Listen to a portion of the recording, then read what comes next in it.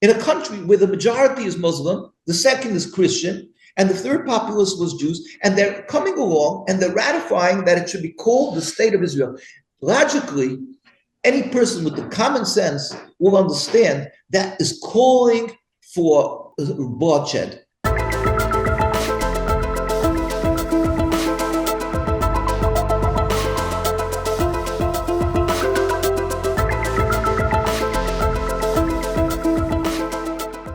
Thank you, Rabbi Weis, for agreeing to speak to us and through us to many people in China who are keen to learn more about the Israel-Palestine issue.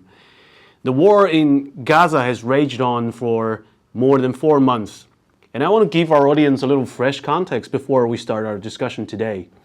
So, as of now, it's been confirmed that 30,000 Palestinians are dead and 70,000 are injured. And the number will likely to continue to rise because many more are still buried in the rubbles. And almost everybody is displaced, is starving, and people are eating animal fodder to survive. And chances are they may not be able to survive because it's estimated that a quarter of the 2 million Gazans will die within a year if the war doesn't stop. Yet, on February 20th, the US vetoed for the third time another United Nations Security Council resolution on ceasefire in Gaza, which shows how forceful it is in terms of backing Israel's war efforts against Hamas, even if it means huge loss of civilian lives. And therefore we have today's conversation with very honorable Rabbi Weis. And Rabbi Weis, you are a man of many hats, well, figuratively speaking. You are a Jewish person. You are a respected teacher of Judaism. You are an American citizen. And of course, you are an anti-war activist, which means you are against a war that was waged in the name of your people by a state that was formed to protect people of your faith, which is a violently persecuted religious minority during the Holocaust and historical pogroms. And it's now supported by the country you were born and raised in. But you are against it all. Why? It's in your question is a large part of the answer, because you said I'm a man of many hats, and that is exactly what Zionism wants to do, to confuse, to befuddle the world, to silence the world, because they will not understand the depth, the core of Zionism, which is the ideology behind the state of Israel. They call it the Zionist, it is the Zionist state of Israel. Their ideology is a transformation to nationalism. It is nationalism. It is a concept of a material concept to concentrate the Jewish people in one area, have a state of sovereignty that they will rule. This is antithetical, is contradictory to Judaism. It's a movement that started around 130, 150 years ago, this movement. And the idea was created by Jews who detested the religion. They were non-religious. 2,000 years ago, that's a period of 1,000 years after Judaism started. 2,000 years ago, the temple was destroyed.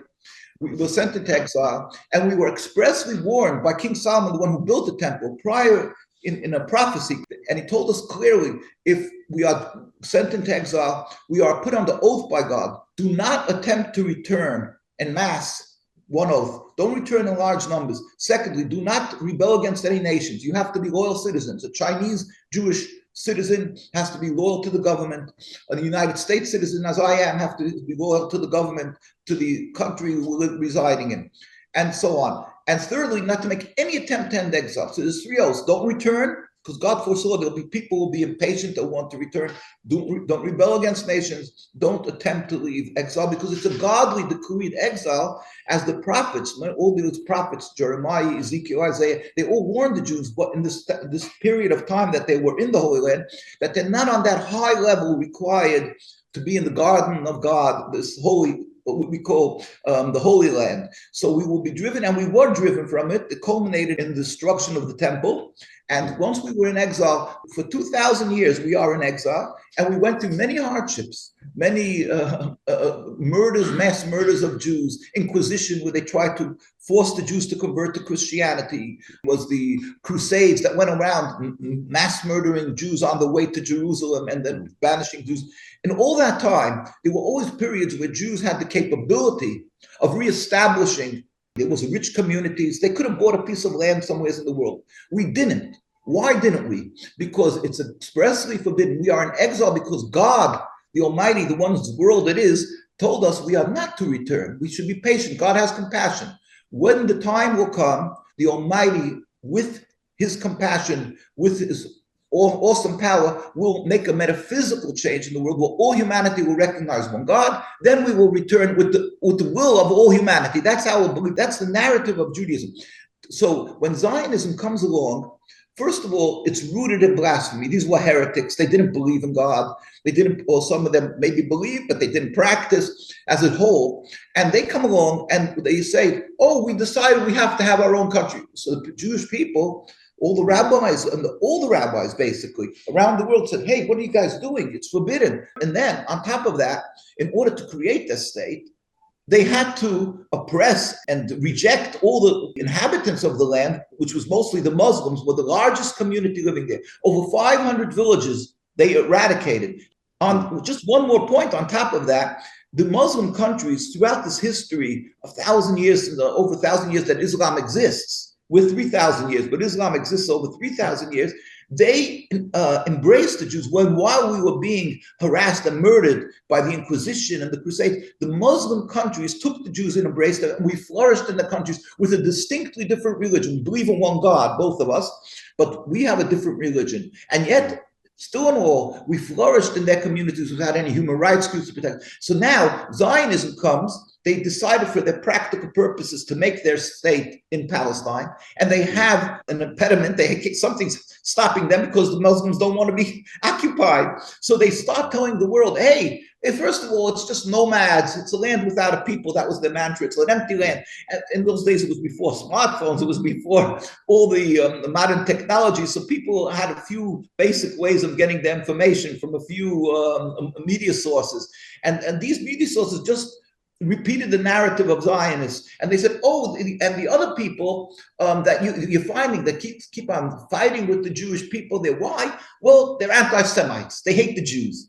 These were the people who took the Jews in, and we were able to live with them in the same courtyards. And if the people, 75 years isn't that long of a time. You have older people who remember, Muslims and Jews. Each one can tell the anecdotes of how we lived together. All these countries, the Jewish communities lived and flourished. And they have laws that, even though, for instance, I'll give an example, you're not allowed to consume alcohol. They have laws that permits the Jews are allowed to use alcohol, even though it's sold by them. Unholy, we can say whatever you would like. So because they respect the Jewish people and the Jewish religion, clearly.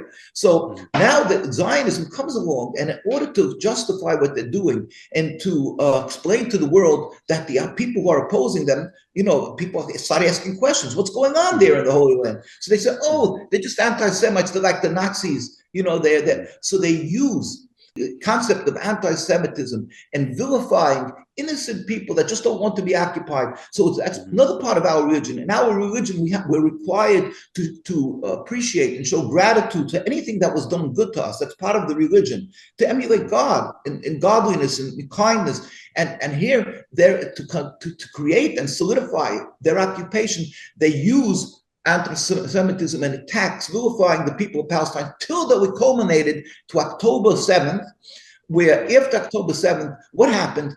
That they declared that they're going to wipe out Gaza, that they're varmin, that you can just simply wipe them out. Okay, they say they mean Hamas, but to do that, that they've killed, tens of thousands of children. Why is this able to be done? Because they've had the narrative in their hands, and they tell people that what they're doing is justified because the opposition to their occupation is a religious concept. It's Muslims against Jews who hate Jews, and therefore the world doesn't want to accept that. That's why you think I have two hats, that we're anti-war, that we're there's Judaism and Zionism and the support of Israel's two separate issues. No, it's one basic religious thing. I'm standing up from my religion of Judaism, which tells us that the world is run by God, we have to be emulate God and follow his laws. Mm-hmm. That means that we are forbidden to occupy people, to kill and steal from them. Mm-hmm. We are to show kindness and gratefulness to them. And therefore, we are opposing everything what Zionism is doing that is justified by using the religion. They masquerade in my religion. So it's all basic religious concept. We don't have politics and religion by us. It's one thing. We have been demonstrating, beaten, trampled by horses, cars, and simply because we're voicing our opposition to this Zionist occupation, we will never accept the existence, the right of the existence of the state of Israel. This is unacceptable because it's not our religion. They're using our religion, and therefore we're crying and hurting with the people of Gaza now.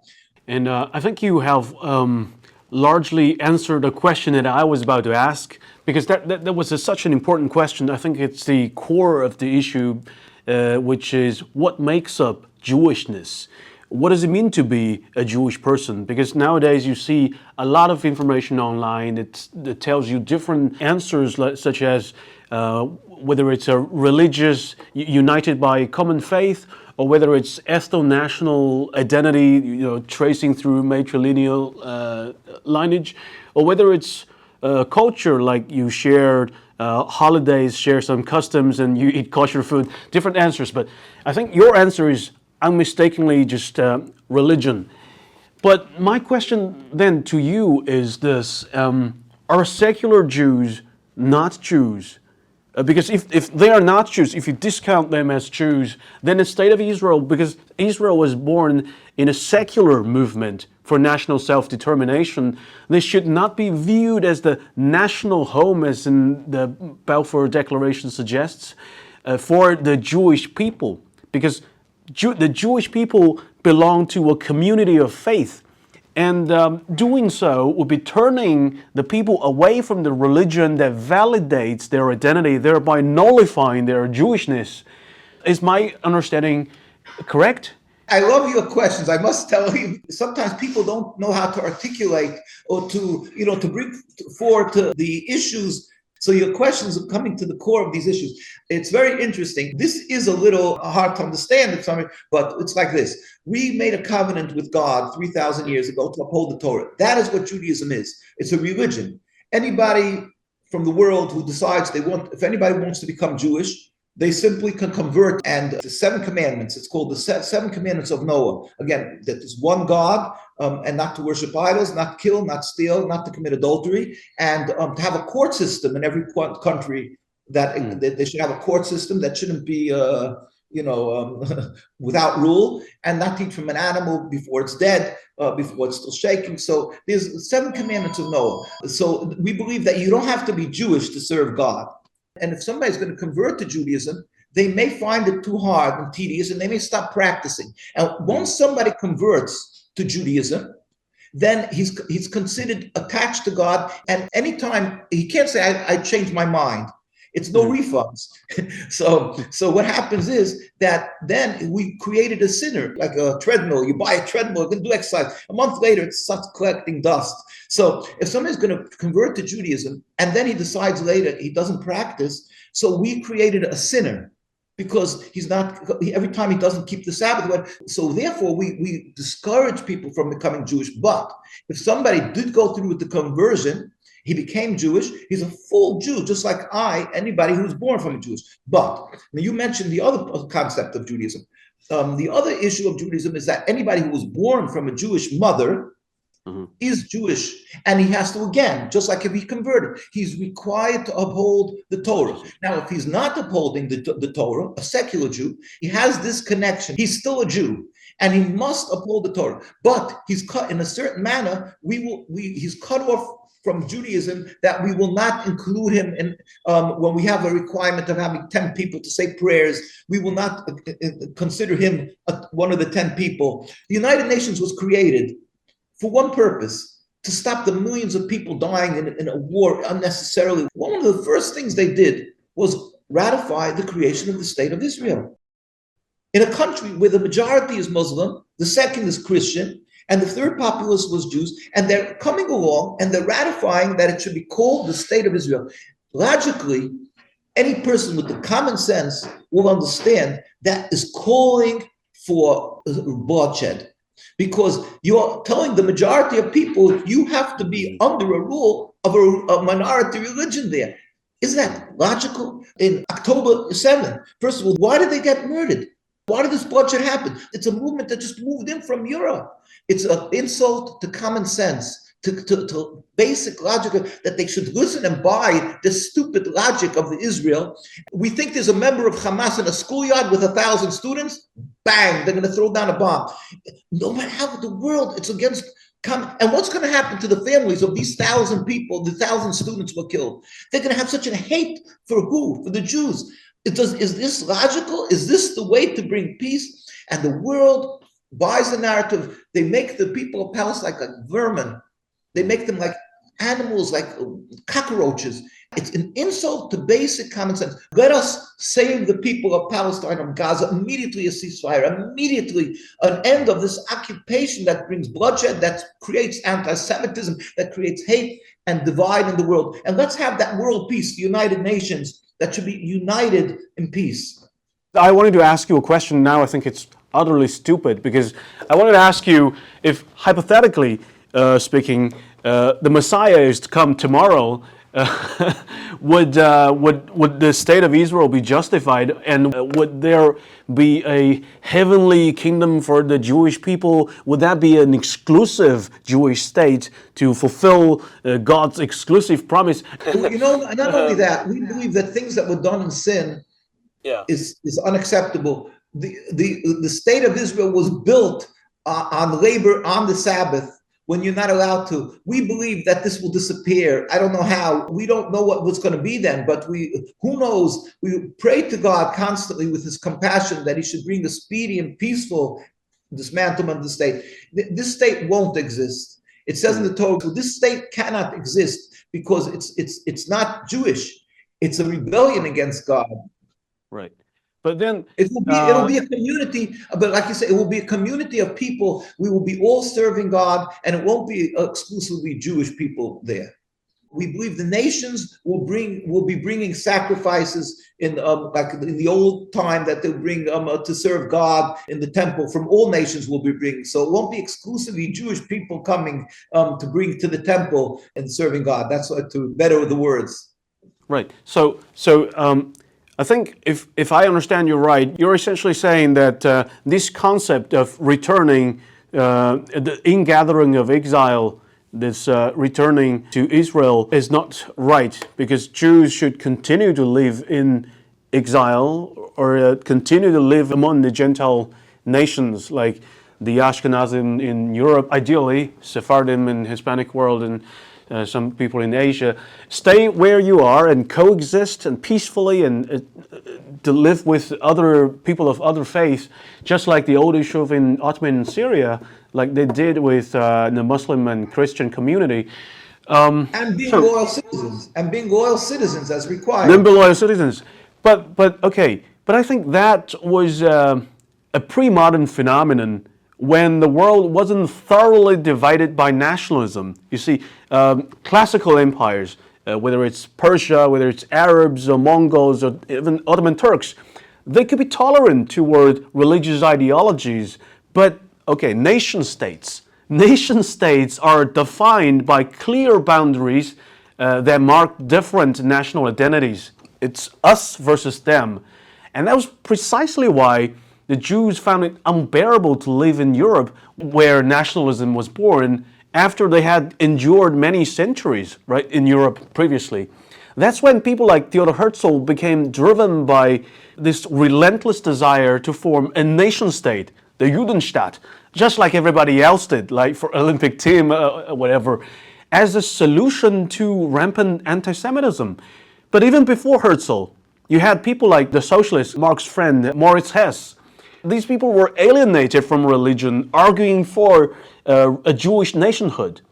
And that is a fundamental shift of the cornerstone of the Jewish identity was initiated by members of the Jewish community within, in a sense. So how should we take this part of the Jewish experience into account? Those who have lost faith in religion and perhaps in Enlightenment values, those who have become cynical and even nihilistic, those who only trust in their own survival instinct, should they be rejected and disowned as Jews, as a religious community? Yeah, well, again, it's not like, we sit down and we make a discussion and a decision of what we want to do with these people. The Torah tells us we have a covenant with God. If one does not uphold the covenant, he's disengaging himself from God. He is with his hands pushing himself away, and he's not that we're pushing him away. He is disconnecting himself from God. He's estranging himself, and God says it's a sin. And there's sins that are considered more cardinal. There are blasphemy and heresy and rejecting God is from the worst issues. So obviously these people are totally estranging themselves, and they're obviously not the Jewish religion. What they're doing as individuals, they're sinning.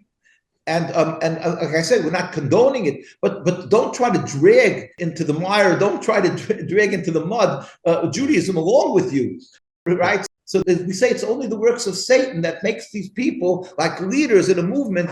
You don't want the religion.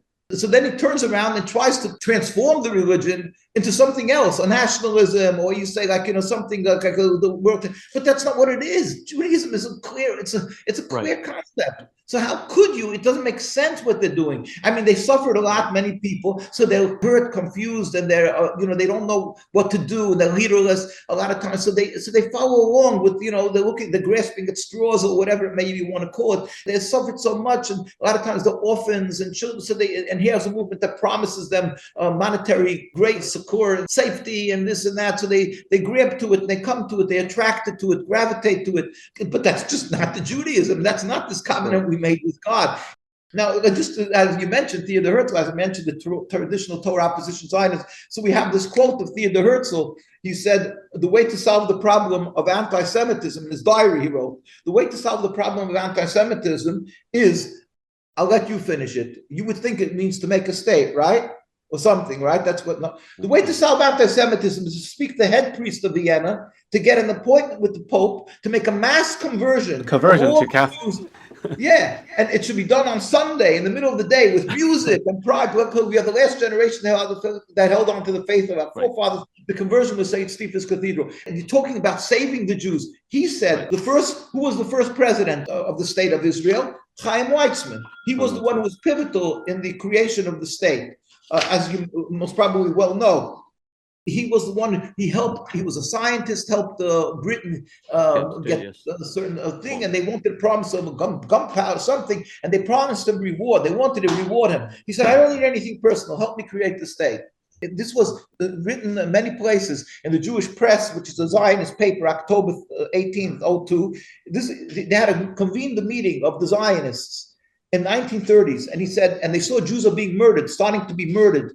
This terrible persecution of the Jews, and they saw the writing on the wall, what's happening here. So they had a meeting with the Zionists, which very powerful organizations. What could they do? So he said, Palestine, and in this meeting, Chaim Weizmann, one of the fathers of Zionism, said, Palestine cannot absorb the Jews of Europe. We want only the best of Jews, of Jewish youth to come to us. We want only the educated, means like doctor, to enter Palestine for the purpose of increasing its culture. The other Jews will have to stay where they are and face whatever fate awaits them. These millions of Jews are dust on the wheels of history and may have to be blown away.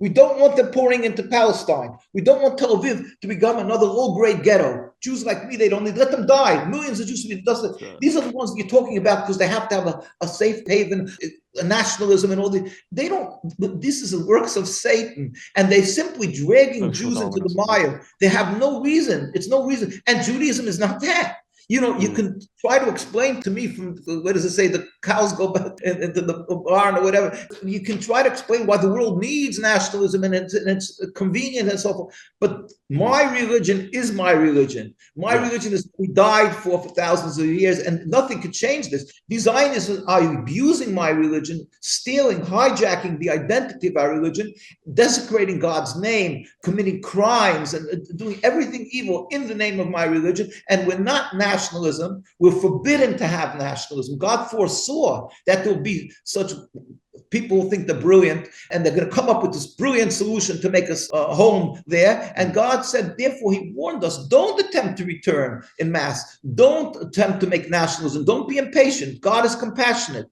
God is the one who created the world and gives reward and punishment. When God sees the time is right, in a blink of an eye, all the suffering will end. And like I said, the truth is, like you asked me, what will be at the end of time? We know it will be the revelation of God. All the nations will come together, and there will be like the kingdom of David and so forth, and the God will build a temple. The exact nuances I don't know, but it will be a peaceful, and that's why the Muslims have a problem with us. So this is what we aspire to. But God foresaw the people like the Zionists and warned us, don't attempt to do this. It will only bring, God forbid, a catastrophe. We will never accept this, and we always will stand up against it. We're hurting. I wish the message could get to the people of Gaza, that they should know how much we're hurting, crying, and suffering, especially that it's being done in our name, this injustice. This because there's very interesting thing is that in the United States, the Zionists will say you are anti-Semitic for criticizing the state of Israel. So those people are conflating anti-Semitic hatred toward Jews with anti-Zionist criticism towards the state of Israel. Those things are mixed up, and one could lead to the other. But the hushing criticism demanded by political correctness, I think, is more dangerous. Where should we draw the line?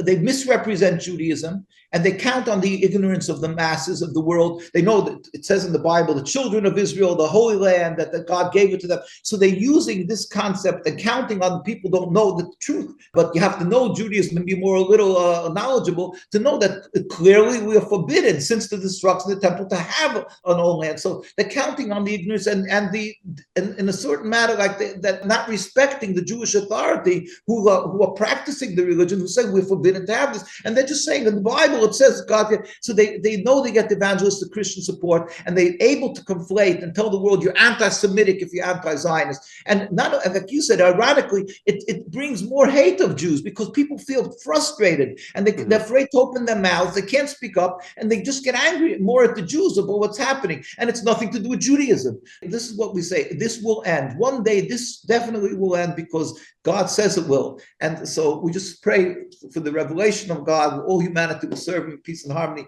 And of course, immediately the cessation of the killing in Gaza and a free Palestine. Thank you. Well, thank you, Rabbi Weis. Thank you. I really appreciate that. Let's continue another day, and have a nice day. Thank you. Bye-bye.